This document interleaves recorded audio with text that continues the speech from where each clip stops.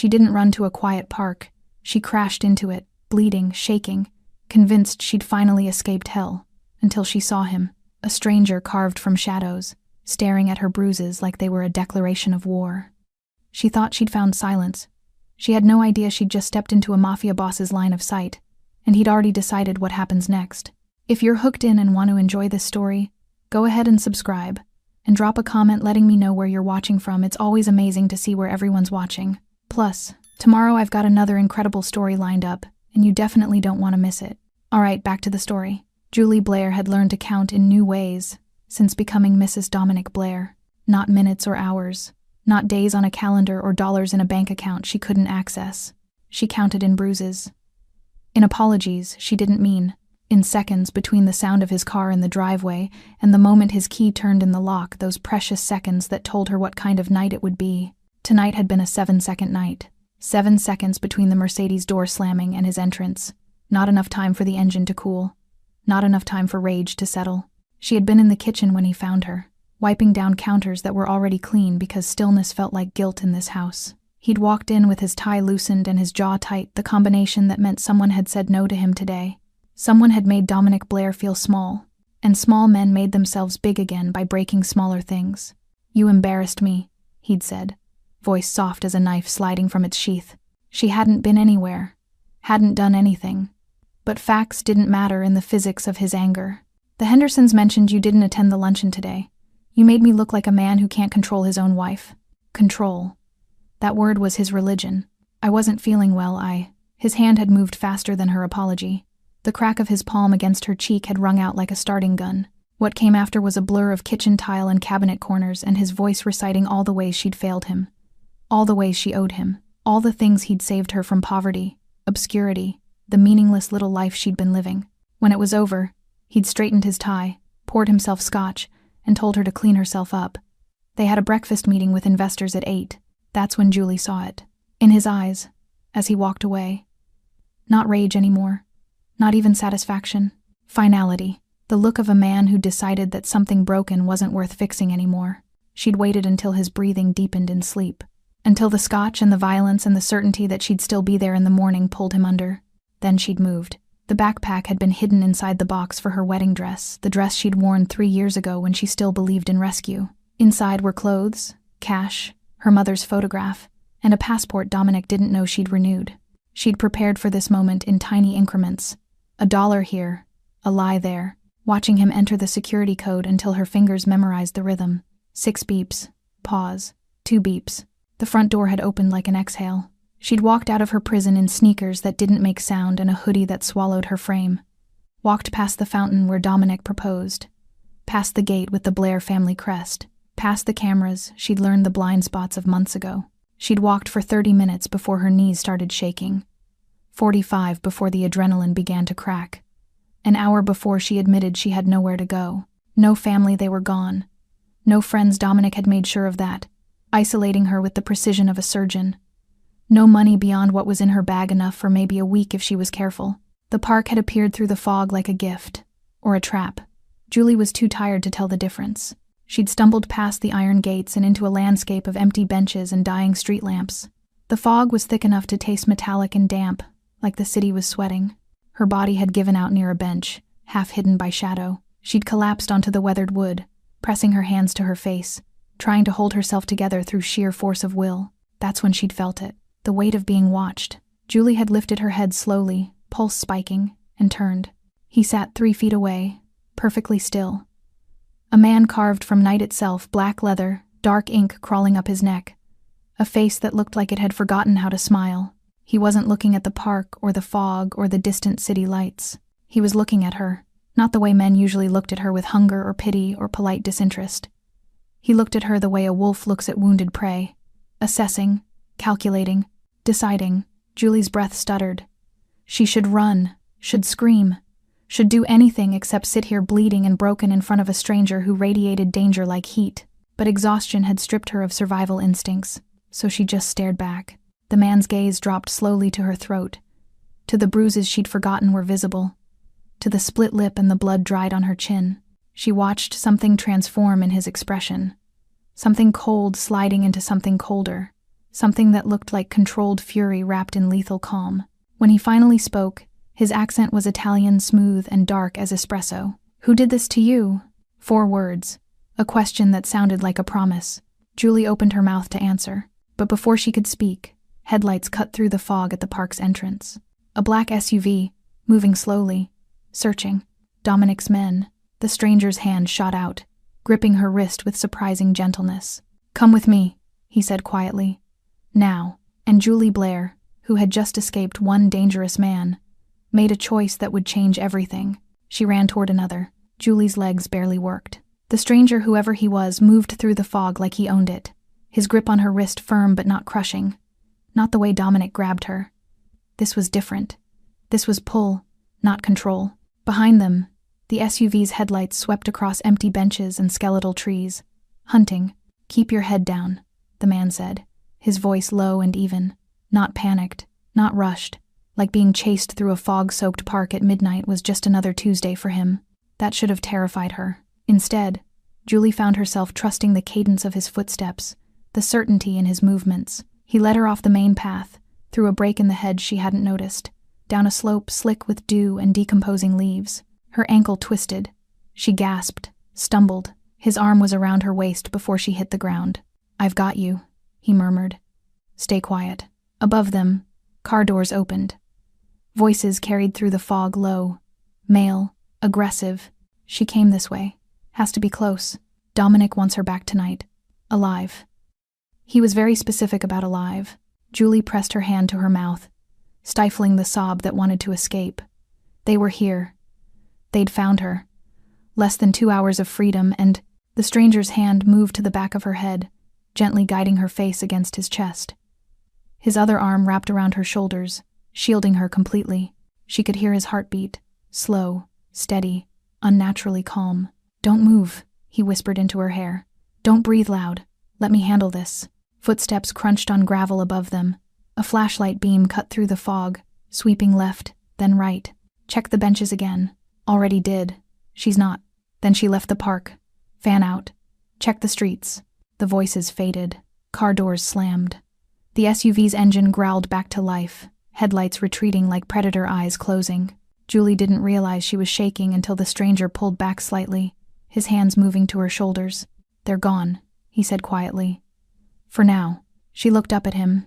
In the weak moonlight filtering through the fog, his face was all angles and shadows. The tattoos on his neck seemed to move in the darkness, serpents and script and symbols that promised violence. "Who are you?" she whispered. He studied her for a long moment. Then, instead of answering, he shrugged out of his leather jacket and draped it over her shoulders. It was still warm from his body, smelling of cigarettes and expensive cologne, and something darker she couldn't name. "Someone who knows what running looks like," he said. "And you're not going to survive the night alone." I can't," Julie's voice cracked. "I don't have anywhere to go." "I know. I don't have money for a hotel or—" "I know. I don't even know where I am right now." "Julie," her name in his mouth stopped her cold. She hadn't told him her name. He saw her panic and his expression softened barely, like stone learning to bend.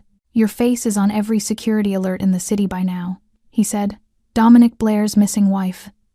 I'd bet my life he's got half the LAPD looking for you, and the other half on his payroll." "How do you know Dominic?" Something dangerous flickered in his eyes. "I know men like him. Men who think money makes them untouchable. Men who believe everything, including people, belongs to them." He turned, scanning the darkness beyond the hedge. "We need to move. They'll loop back." "Where?" "Somewhere safe." "Safe?" Julie laughed bitterly, the sound foreign in her own throat. "I don't think that place exists." The stranger looked at her, then really looked, and she saw something shift behind his eyes, something that might have been recognition, or memory, or pain he'd learned to carry without flinching. "It does," he said quietly. "But you have to trust me. Trust." The word felt like a language she'd forgotten how to speak. This man was a stranger. Tattooed and dangerous and too calm in the face of violence.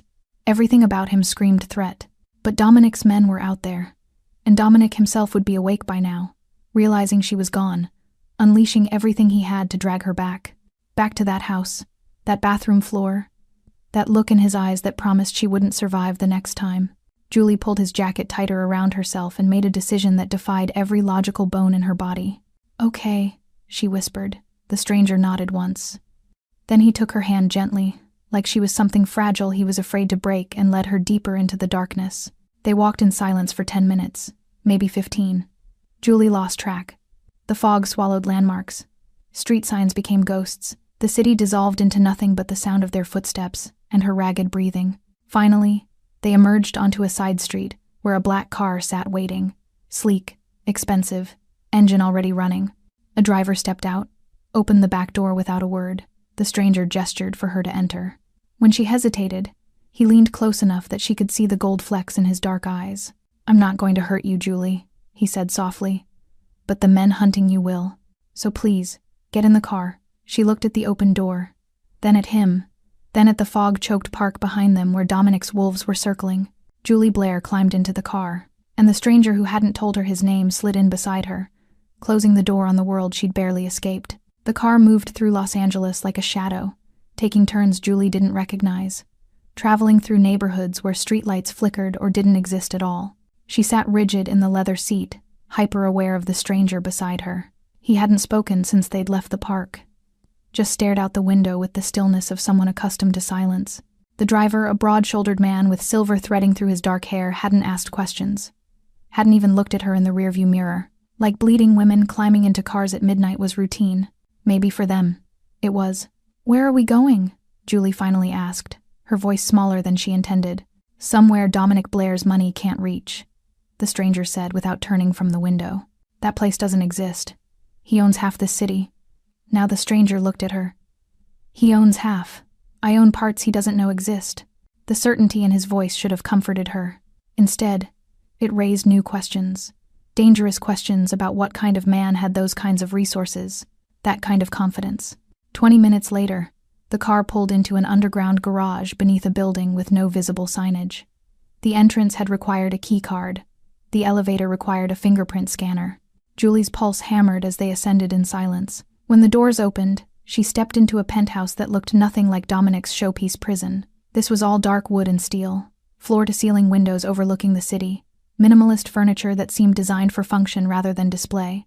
It felt lived in, real, like someone actually existed here instead of performing existence.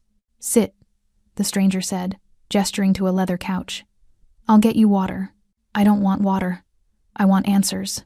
Julie heard the tremor in her voice and hated it. "Who are you? Why are you helping me? What do you want?" He paused halfway to the kitchen, his back still to her. "My name is Armando. Just Armando. No last name. Like he was a brand or a warning. And what I want," he continued, turning to face her, "is to make sure you survive the night. Everything else can wait. Nothing is free," Julie said, channeling 3 years of Dominic's lessons. "Everyone wants something." Armando's expression didn't change, but something flickered in his eyes. "Respect, maybe? Or recognition?" "You're right," he said quietly. "But what I want isn't something you can give me. So for tonight, just accept that you're safe here." Before Julie could respond, her knees buckled.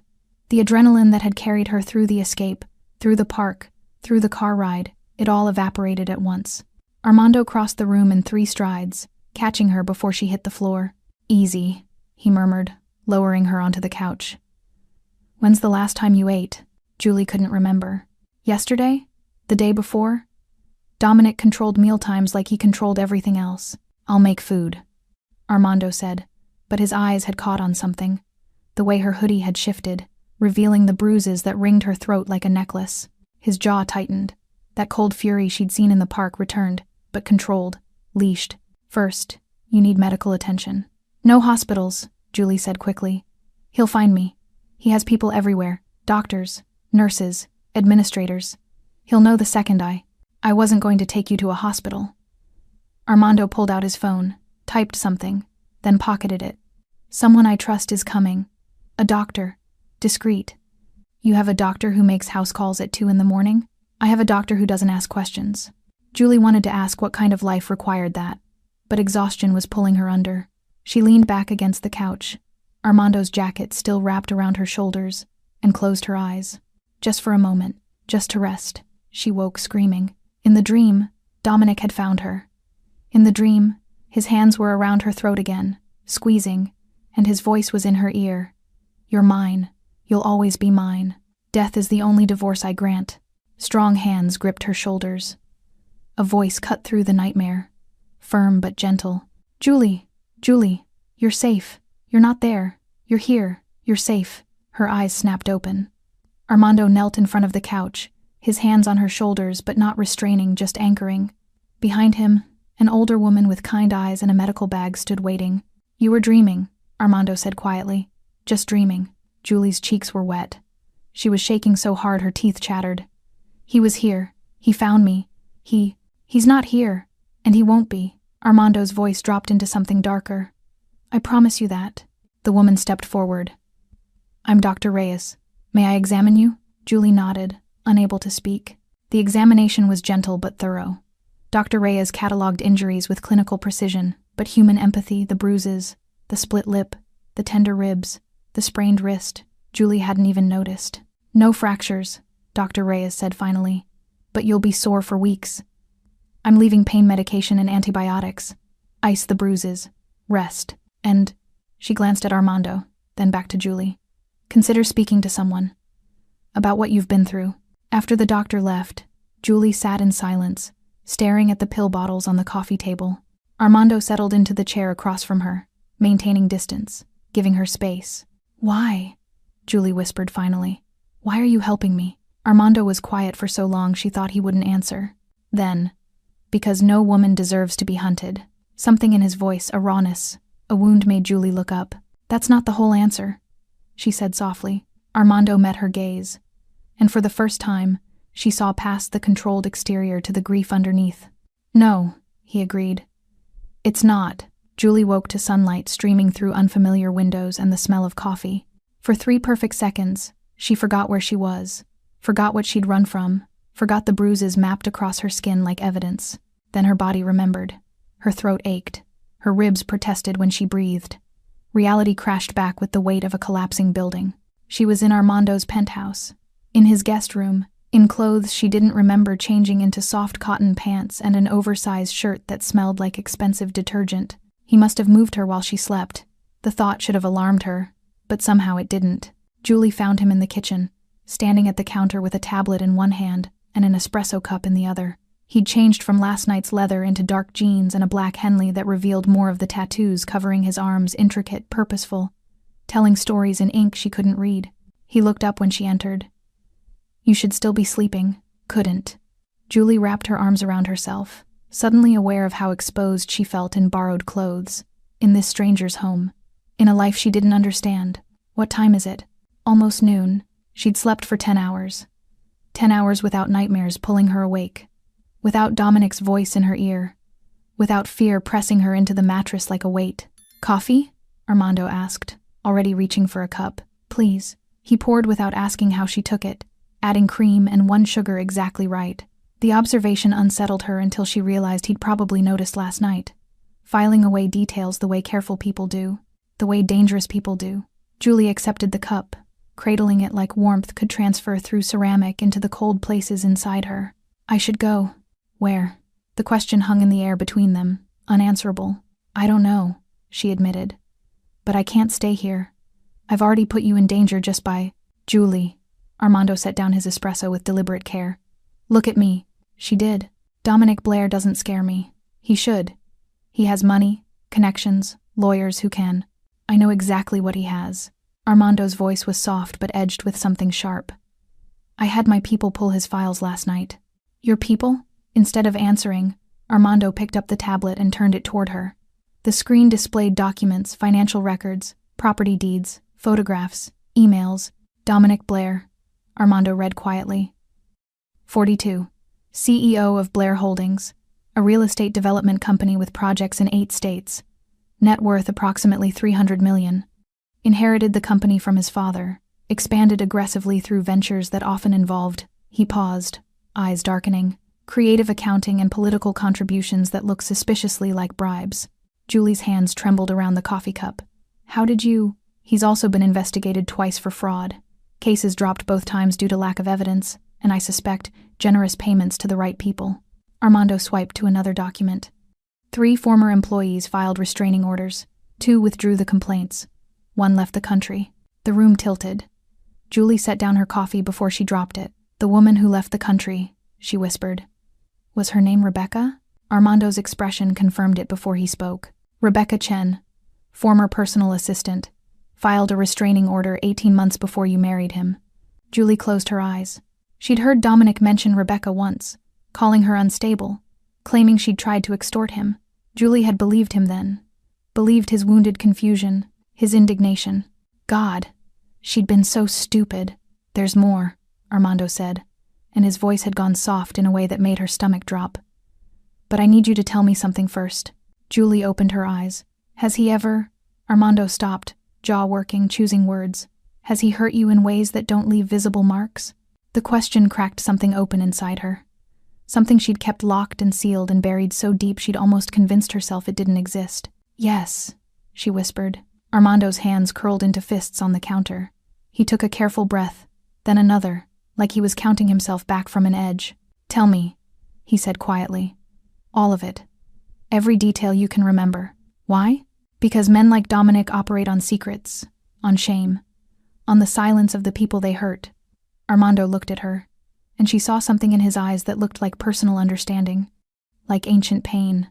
I'm going to take those secrets and turn them into weapons, but I need you to trust me enough to speak them out loud.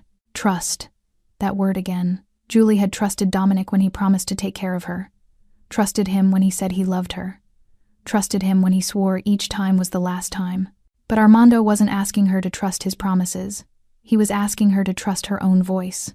So Julie sat at his counter, in his borrowed clothes, in the sunlight that made her bruises visible, and began to speak. She told him about the first time Dominic hit her 6 months into their marriage, when she'd laughed too loudly at another man's joke, about the gaslighting that followed, convincing her she'd provoked him, about the escalating violence disguised as discipline, about the isolation, the financial control, the way he made her feel like she was disappearing one piece at a time.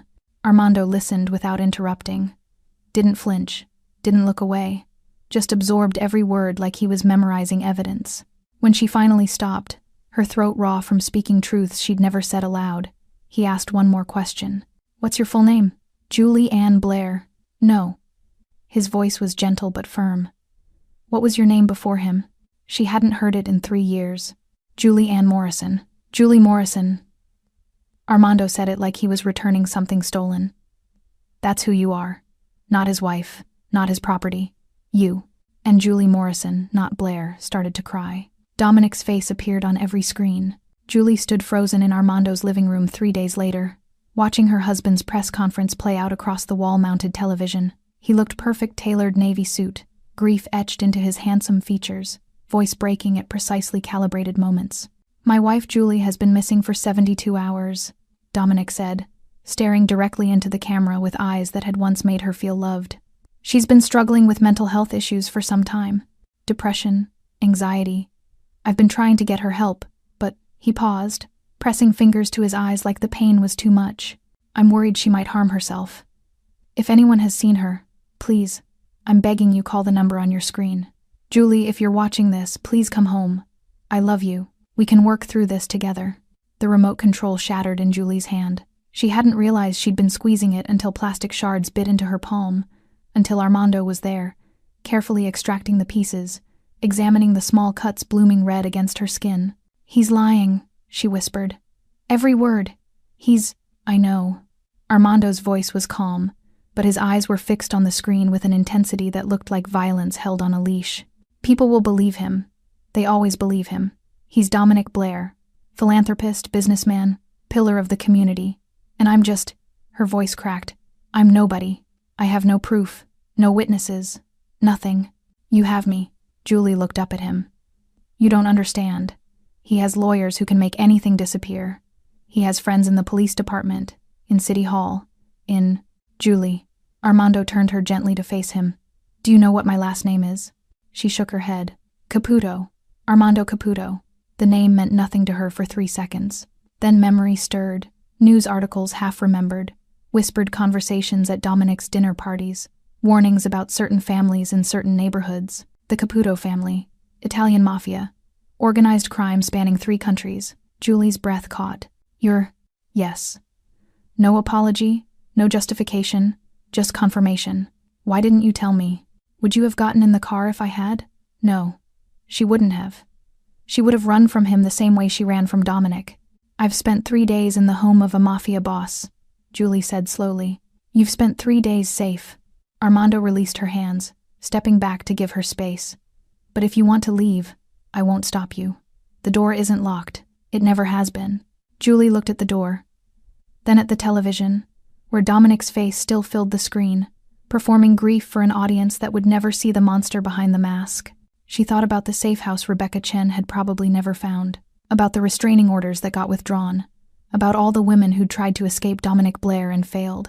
If I leave, she whispered, he'll find me in a week, maybe less, probably. And if I stay? Armando's expression hardened into something that looked like a promise carved in stone. Then I make sure he never touches you again. The retaliation came faster than Julie expected. By nightfall, Armando's phone was ringing constantly. He took calls in Italian, in English, in languages Julie didn't recognize, his voice never rising, never rushed, just giving orders with the efficiency of someone accustomed to command. What's happening? She asked when he finally set the phone down. Dominic is using every resource he has to find you. Police doing welfare checks on buildings I own. Private investigators following my known associates. He's even offering a reward $50,000 for information leading to your recovery. Julie's stomach turned. He'll find me. No. Armando crossed to the window, looking out at the city spread below them like a kingdom of lights. He's looking for a frightened woman running alone. He's not looking for someone protected by an organization he can't touch. He's not afraid of you. He should be. Armando turned, and Julie saw something dark and absolute in his expression. Because, while he's been performing for cameras, I've been dismantling his empire. He pulled up files on his tablet documents that made Julie's head spin. Bank records showing offshore accounts, emails discussing bribed building inspectors, photographs of Dominic with women who weren't his wife, communications with a city councilman about falsified environmental reports. How did you get all of this? I have resources Dominic can't imagine. People who are very good at finding what others try to hide. Armando's voice was soft but edged with something lethal. Your husband has been operating above the law for years because money bought him protection. But money means nothing when the people you've bribed are more afraid of me than they are loyal to you. What are you going to do with it? Whatever you want me to do. Julie stared at the evidence spread across the screen. Years of corruption. Years of Dominic hurting people and buying his way out of consequences. I want him exposed, she said quietly. I want everyone to see what he really is. Armando nodded slowly. Then that's what we'll do. But Julie, once we start this, he'll come for you with everything he has. Not to rescue you. To silence you. Let him come. Julie's voice was steadier than she expected. I'm done being silent. Something that might have been pride flickered in Armando's eyes. Then tomorrow, we go to war. That night, Julie couldn't sleep. She stood at the guest room window, watching the city breathe below, thinking about the choice she'd made. Partner with a criminal to expose a monster. The irony wasn't lost on her. A soft knock interrupted her thoughts. Armando stood in the doorway, backlit by the hallway light. Can't sleep either? He asked. Too much in my head. He was quiet for a moment. Then, my sister's name was Bianca. Julie turned. Was? She married a man like Dominic. Rich, charming, respected. Armando's voice was carefully controlled. By the time we realized what he was doing to her, it was too late. She died in what the police called an accident. A fall down the stairs. Armando, I couldn't save her. He met Julie's eyes. But I can save you. So when you wonder why I'm doing this, that's why. Because I failed once. I won't fail again. Understanding settled over Julie like dawn. This wasn't just about her. This was about every woman who'd ever been hurt by men who believed love meant ownership. Thank you, she whispered. Armando nodded once and turned to leave. Armando. He paused. I'm not your sister. I'm not your second chance or your redemption. Julie's voice was gentle but firm. I'm just someone who needs help. And I'm grateful. But you don't owe me salvation because of her. Armando studied her for a long moment. Then something that might have been a smile touched his lips. Get some rest, Julie Morrison. Tomorrow changes everything. The Grand Pacifica Hotel glittered like a temple to wealth and power. Julie stood across the street, staring at the banner stretched across the entrance. Blair Holdings' annual charity gala. Building futures, changing lives. The irony tasted like acid. You don't have to do this, Armando said beside her. He'd traded his usual black for a tailored suit that transformed him from street danger into boardroom power. The tattoos were hidden. The threat wasn't. "Yes, I do." Julie smoothed down the deep burgundy dress Armando had arranged for her, elegant, expensive, the kind of armor Dominic had once dressed her in to parade at events like this. But tonight, she wasn't decoration. Tonight, she was a reckoning. 2 of Armando's men flanked them, discreet but unmistakable. A third was already inside, along with a journalist from the Los Angeles Times who'd been promised the story of the year. "Dominic will see you the moment you walk in," Armando warned. "Good." Julie's voice was steadier than her hands. "Let him see me." They crossed the street together, climbing the steps where valets rushed to assist guests arriving in vehicles that cost more than most people's homes. Julie had attended this gala twice before, once as Dominic's fiancée, once as his wife. Both times, she'd smiled until her face hurt and said nothing of consequence. Not tonight. The ballroom was exactly as she remembered. Crystal chandeliers, ice sculptures, tables dressed in white and gold. Los Angeles' elite mingled with champagne flutes and practiced laughter, playing the game of influence and access. Julie spotted Dominic immediately. He stood near the stage with the mayor and a cluster of investors, looking every inch the grieving husband bravely soldiering through tragedy. His eyes were shadowed like he hadn't slept. His smile was subdued, appropriately somber. Then he saw her. The champagne flute in his hand stopped halfway to his lips. His face went through a cascade of emotions in 3 seconds. Shock, relief, rage, calculation, before settling on concerned joy. "Julie." His voice carried across the ballroom, perfectly pitched for maximum attention. "Oh my God, Julie." Conversation stopped. Heads turned. The entire room seemed to hold its breath. Dominic rushed toward her, arms outstretched like he was about to embrace his lost love. "Thank God you're safe. I've been out of my mind with worry." "Don't touch me."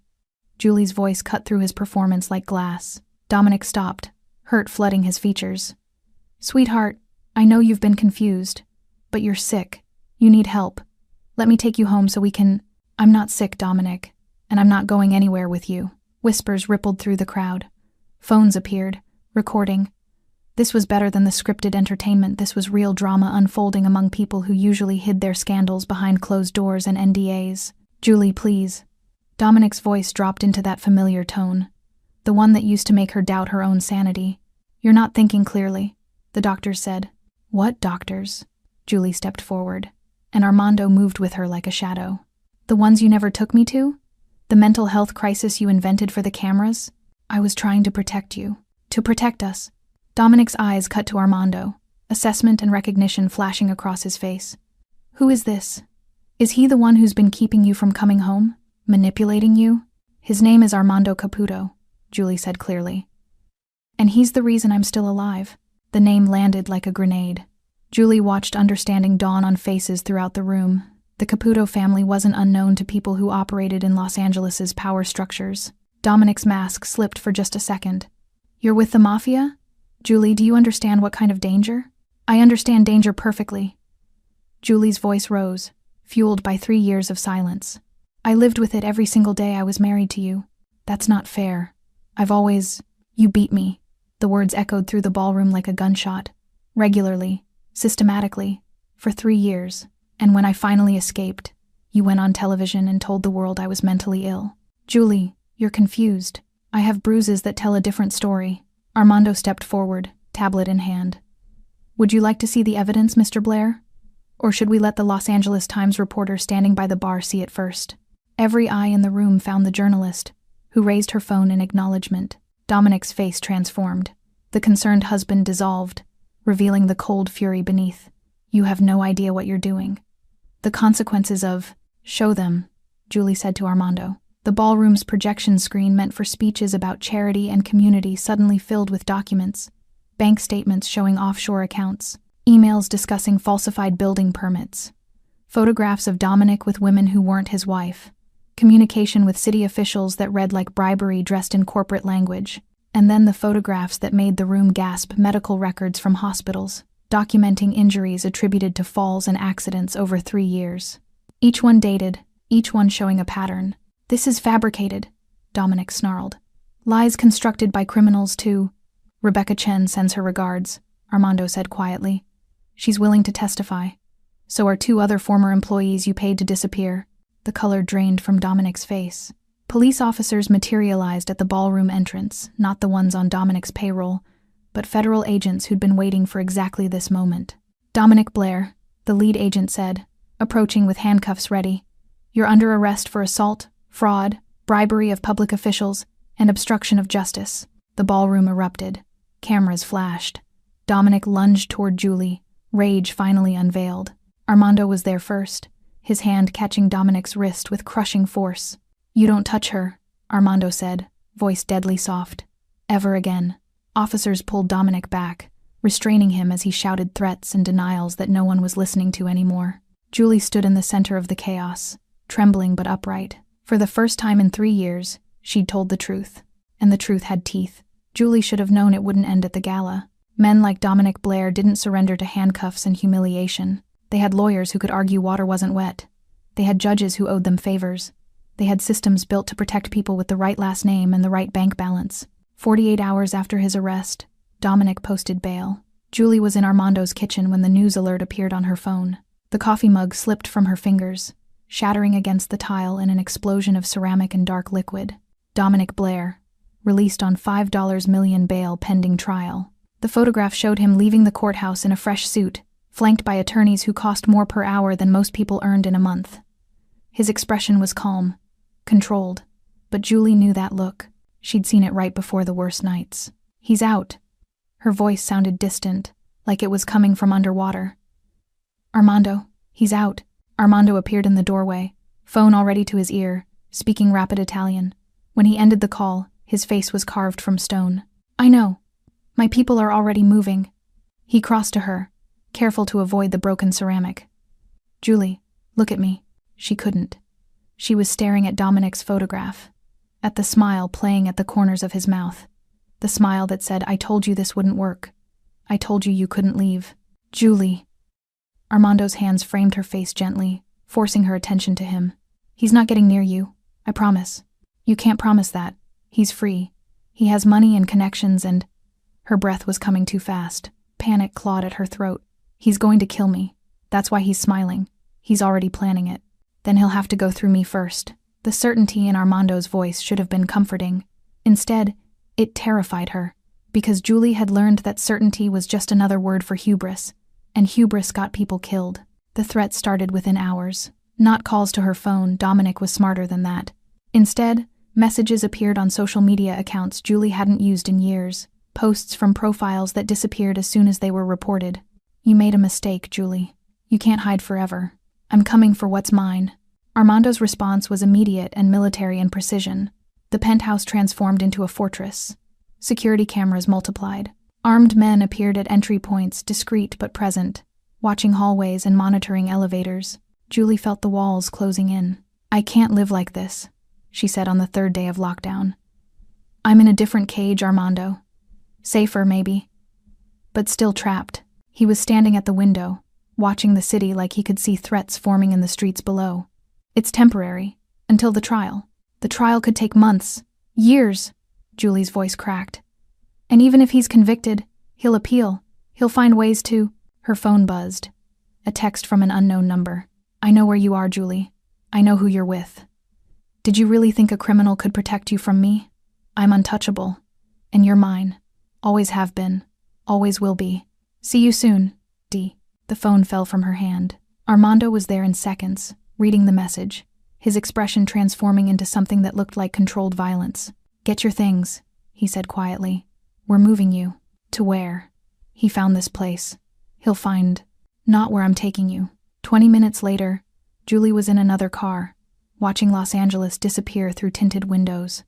Armando sat beside her, silent and tense, while 2 of his men occupied the front seats. They drove for over an hour, leaving the city behind, heading into hills where houses became sparse and roads turned to gravel. The safe house was hidden behind gates that required biometric scans, surrounded by property that stretched for acres. Inside, it was sparse but functional, a place designed for hiding, not living. Julie stood in the center of the main room, feeling the isolation settle over her like a burial shroud. "How long?" she asked. "As long as it takes." That's not an answer. Armando turned to face her, and for the first time since she'd met him, he looked tired.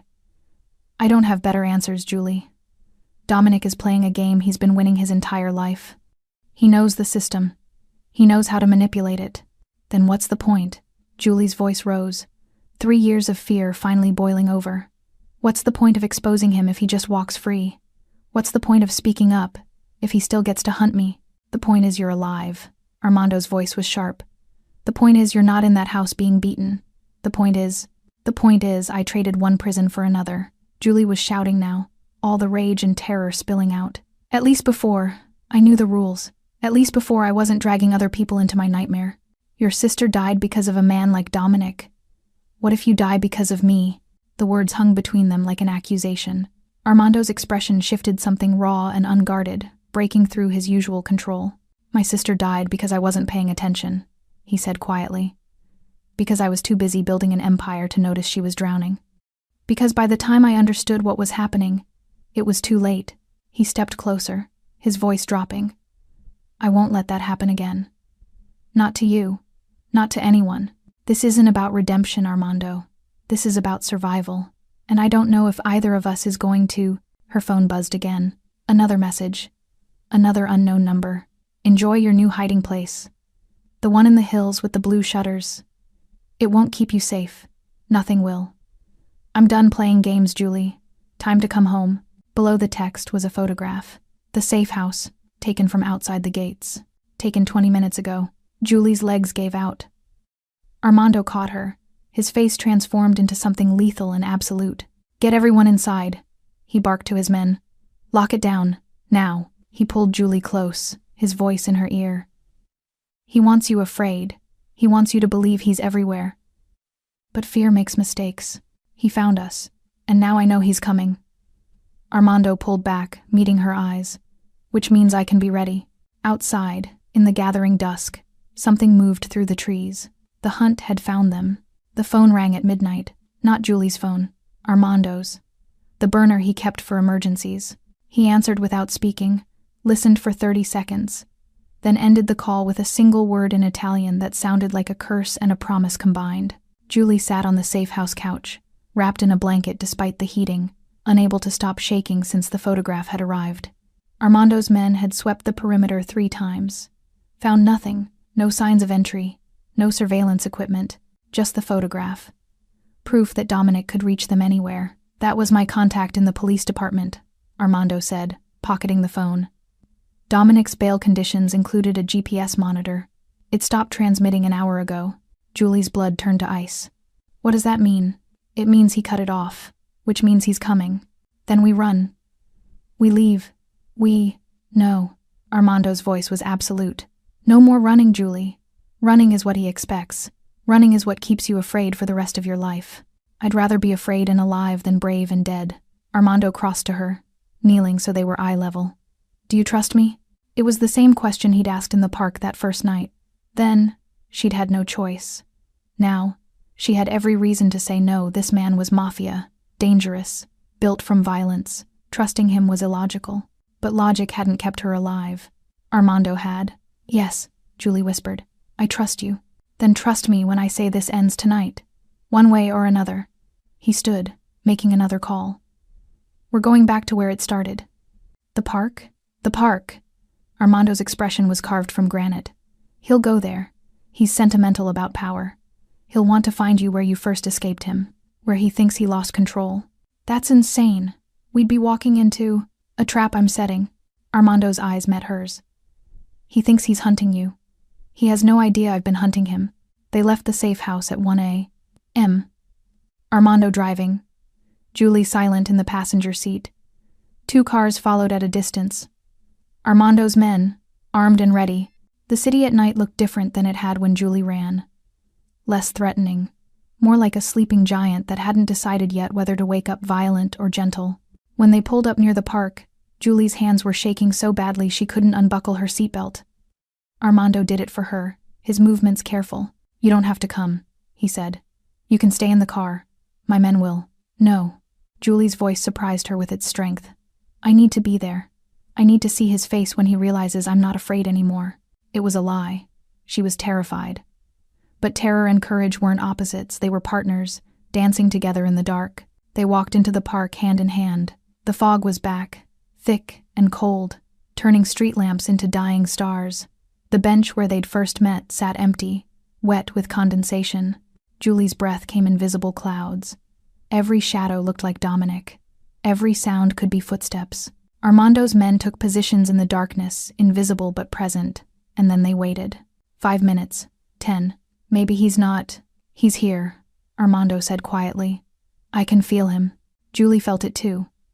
That electric sense of being watched, of being prey under a predator's gaze. Movement in the fog, a figure emerging from the trees. Dominic. He looked nothing like the polished businessman from the gala. His suit was wrinkled, his hair uncombed. His eyes had the wild shine of someone who'd stopped pretending to be sane. There she is, he said, voice carrying across the empty park. My wayward wife. Julie's body wanted to run. Muscle memory screamed at her to flee. But Armando's presence beside her was an anchor. Hello, Dominic, she said, and her voice only shook a little. Hello, Dominic laughed, the sound brittle and wrong. That's all you have to say? After everything you've done? After you humiliated me in front of the entire city? After I told the truth, you mean? Your truth. Dominic stepped closer, and Julie saw he was holding something, a gun, small and dark against his pale hand. Your twisted, ungrateful version of our marriage. I gave you everything. I saved you from poverty, from obscurity, from being nothing. You beat me, Julie said, each word a stone thrown. You terrorized me. You made me believe I deserved it. You did deserve it. You were never good enough, never smart enough, never... His eyes cut to Armando. And now you're sleeping with Mafia trash?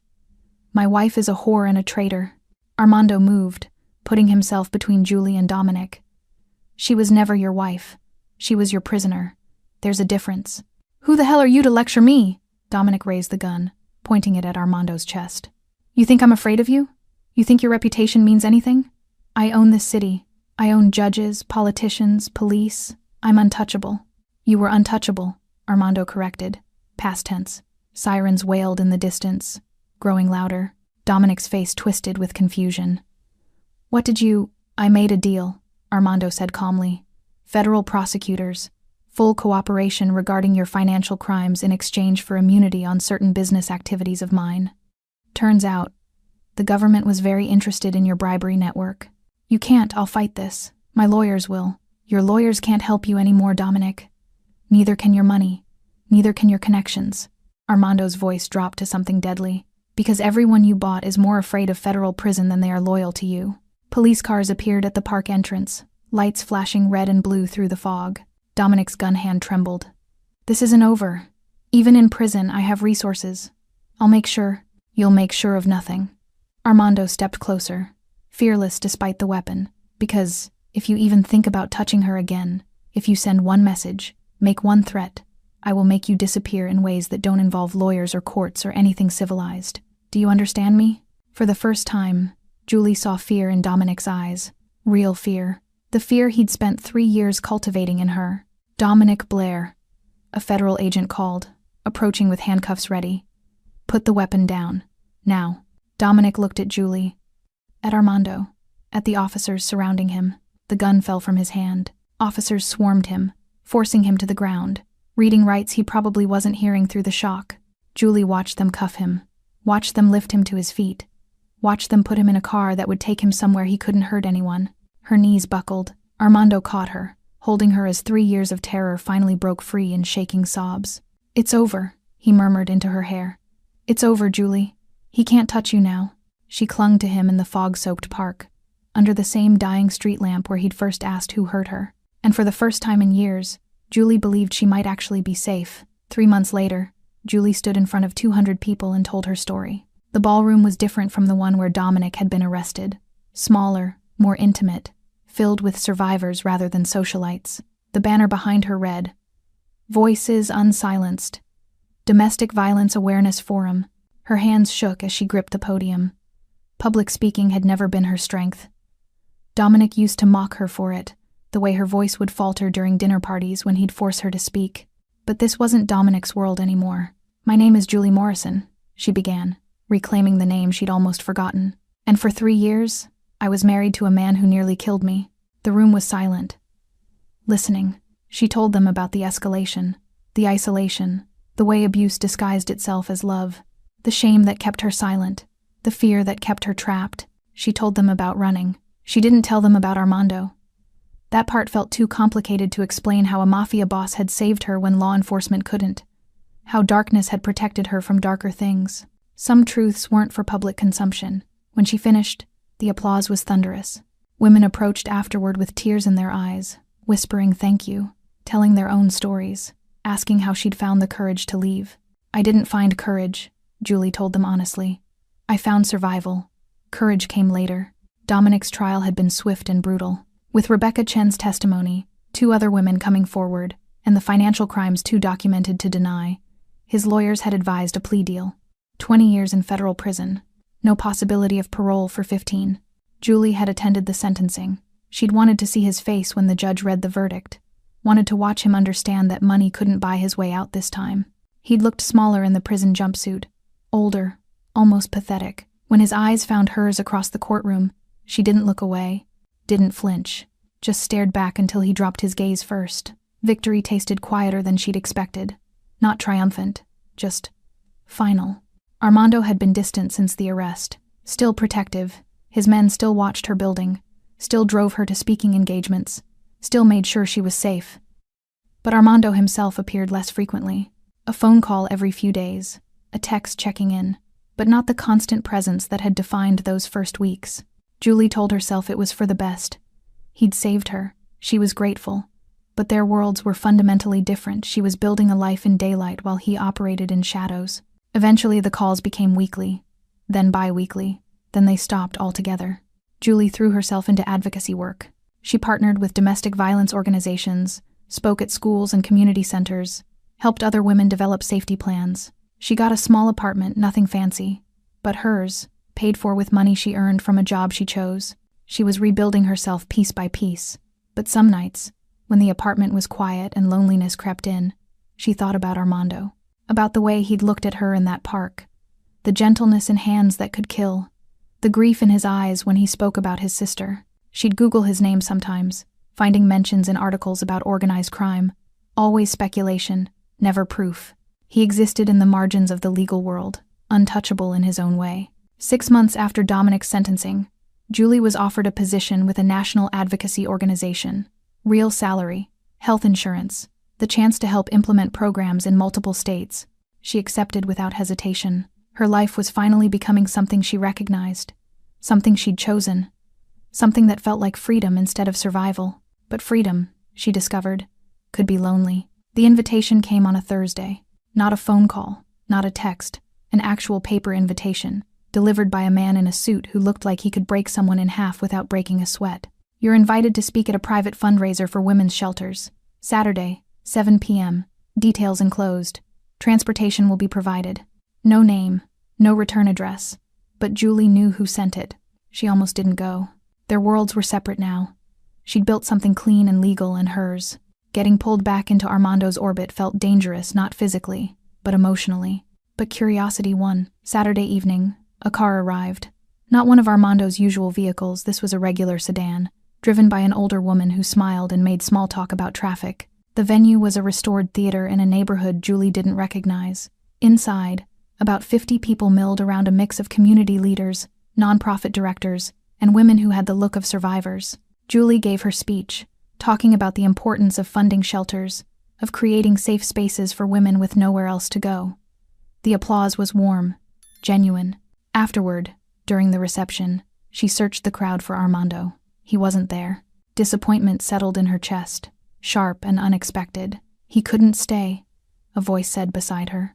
Julie turned to find an older woman with kind eyes and silver hair. I'm sorry? Armando. He organized this whole event, personally called every donor, secured the venue, arranged for your transportation.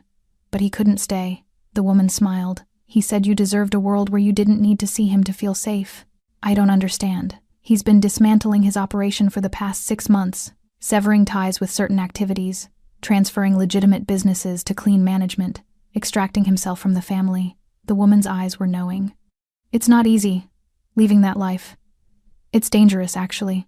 A lot of people don't survive it. Julie's heart hammered. Why would he? Because he thinks you deserve better than a man with blood on his hands. Even if those hands saved you. The woman squeezed Julie's arm gently.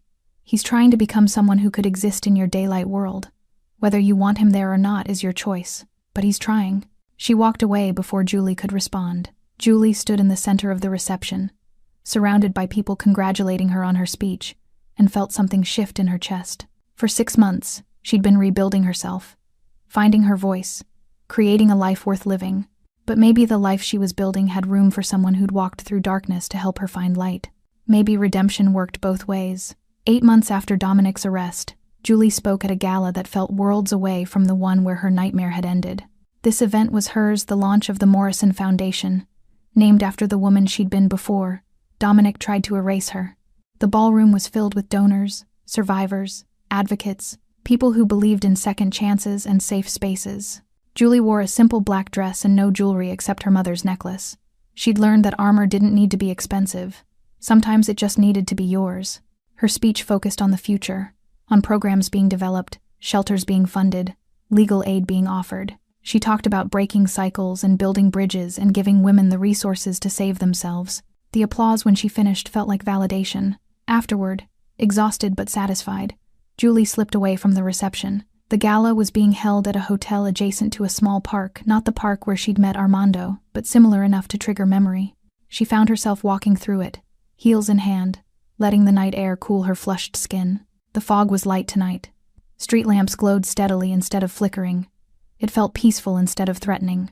Julie sat on a bench, closing her eyes, letting herself feel the weight of how far she'd come.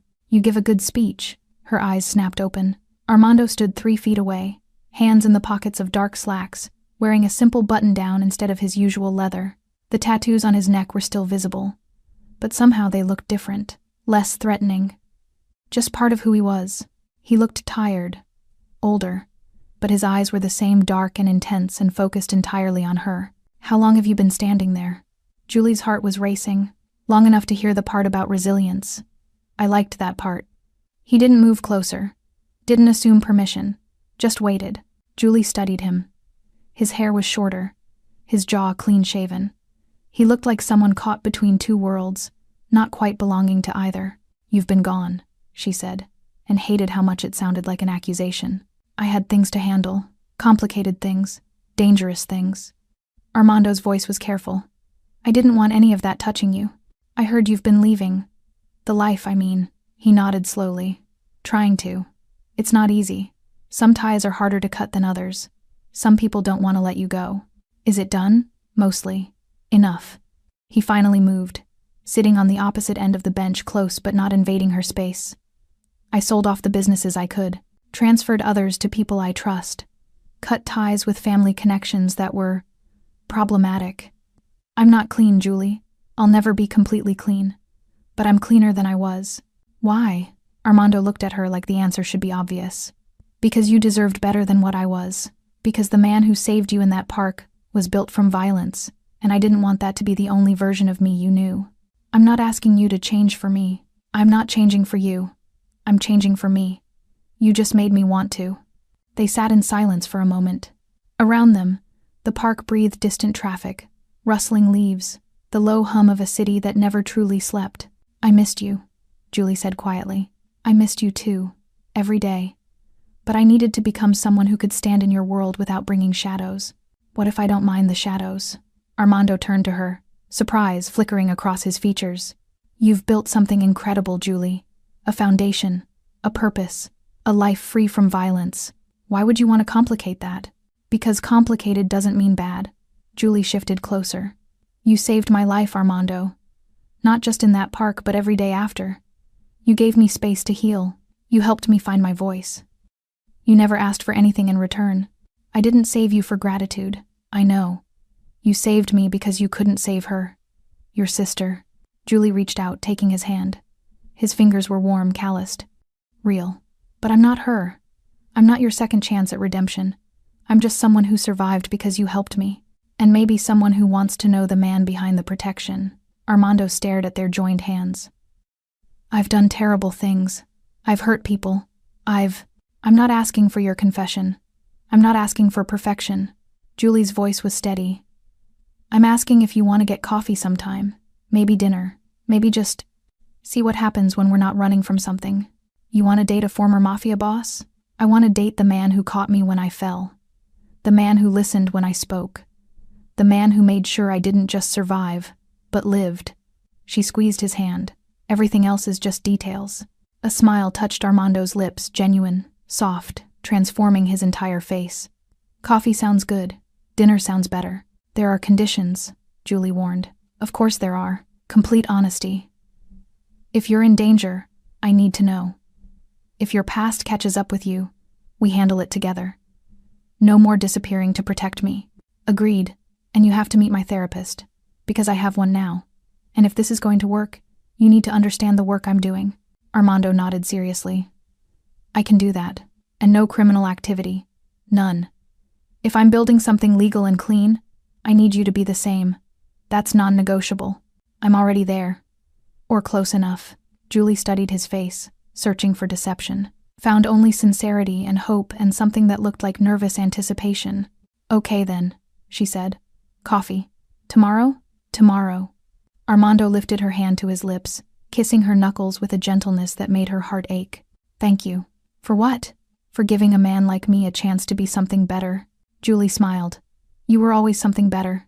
You just needed to believe it. They sat together on that bench as the fog cleared and the stars became visible, two people who'd found each other in darkness and chosen to walk toward light together.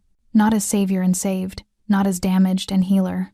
Just as two humans who'd survived their own hells and decided that maybe, just maybe, they deserved something gentle. When Armando finally walked Julie back to the gala, his hand never left hers.